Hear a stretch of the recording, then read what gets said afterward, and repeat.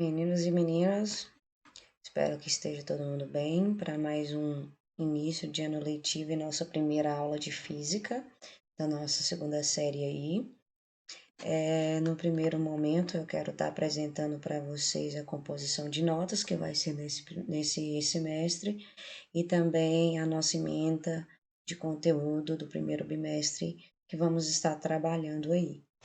No mais, eu vou estar mostrando para vocês aqui a composição de nota, que vai ser formada pela simulado de redação valendo 10, a avaliação bimestral valendo 5 e as atividades diárias que vão estar valendo 5. Muito cuidado com as atividades diárias, tá, gente? Porque não vai ter mais a questão de M1 e M2, então somente as atividades e essa avaliação bimestral para fazer a composição da nota de vocês. Soma as três notas, divide por 2, né? Que você vai ter a sua média final correspondente à disciplina.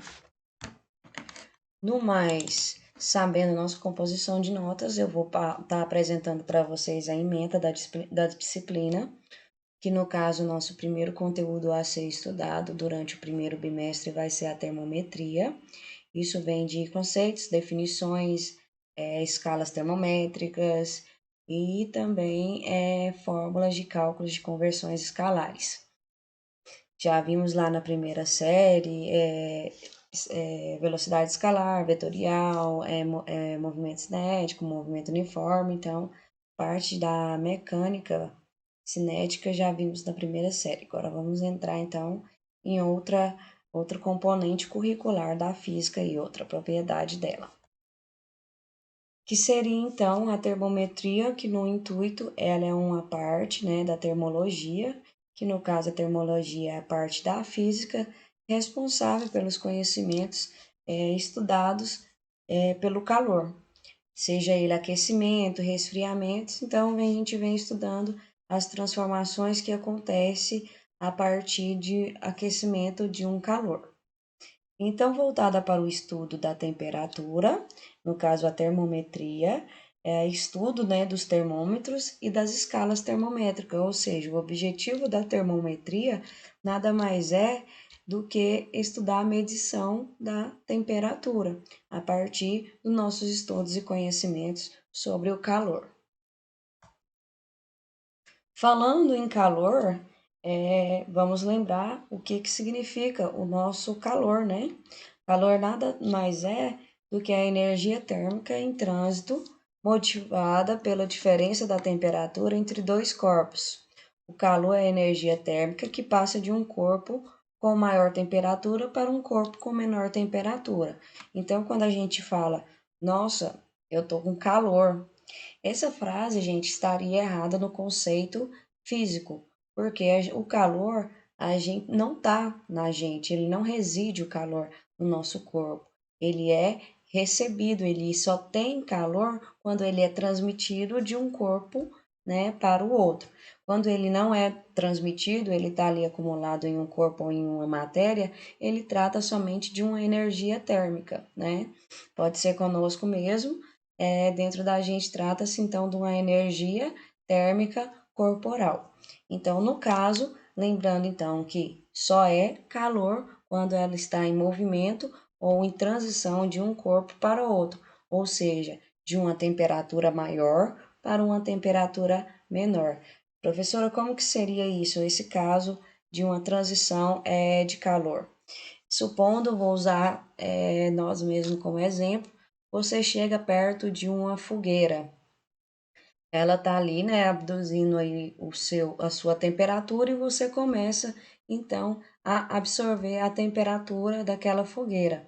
Como a fogueira tem uma temperatura mais elevada do que a sua temperatura corporal, ela tende então a te transmitir a temperatura de calor até que você suba a sua temperatura e fica ali em equilíbrio com a temperatura do fogo, ou seja, na mesma base, andando junto, seria ali nosso ponto inicial, ou conhecido como o zero absoluto, né? O zero escalar, quando começa aí a contagem tanto para cima, né? Que é a nossa energia quente, né, a nossa energia térmica quente, quanto para baixo, que é a nossa energia negativa, né? Eu vou explicar para vocês como a gente define essas energias quente, né? Vamos, sensação térmica quente e a energia sensação térmica fria. Isso acontece, gente, graças à nossa temperatura, que é uma grandeza física que indica o grau da agitação térmica das partículas. O que seria isso? Quando essas partículas elas estão em um corpo ou em uma matéria, elas tendem a querer sair desse corpo, né?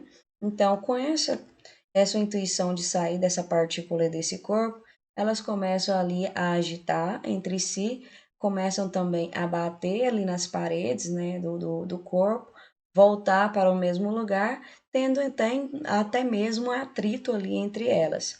Essa agitação molecular, gente, é que nos traz a sensação de calor, né? É que nos é responsável a chegar ali a nossa sensação térmica quente, né?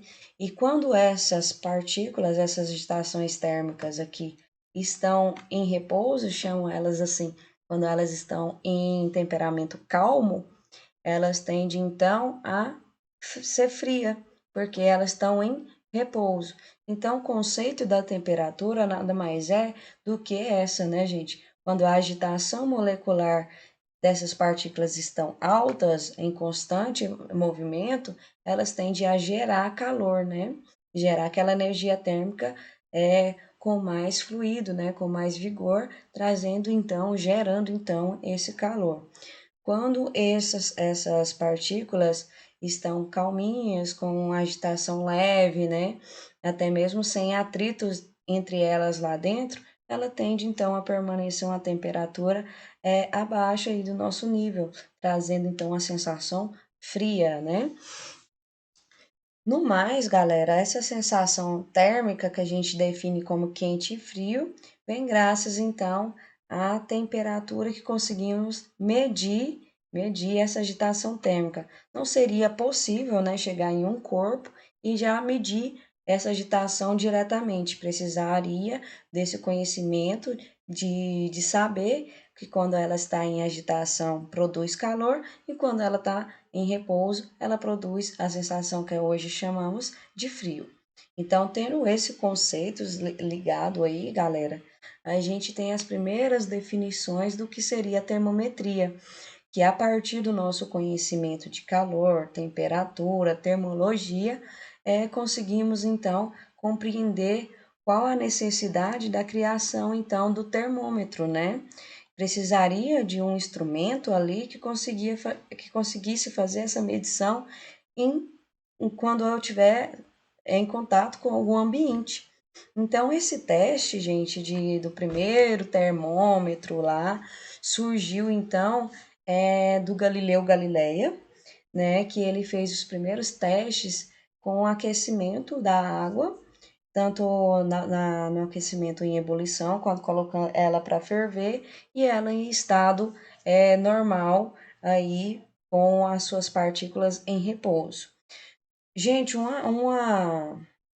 exemplo que eu posso dar também, questão de transmissão de calor, é a questão de quando a gente tem uma pessoa com bastante frio e uma pessoa que ela tem uma agitação de partículas maior, tá ali com a sensação de calor, abraça essa pessoa com a sensação fria e ali então ela consegue fazer a transmissão de calor corporal, né, que a gente chama, para essa pessoa que tem uma temperatura mais baixa, né, coligando ao nosso conhecimento. Então, a temperatura mais elevada do corpo da pessoa quente foi lá e levou a pessoa fria a manter o equilíbrio daquela temperatura que ele estaria ali.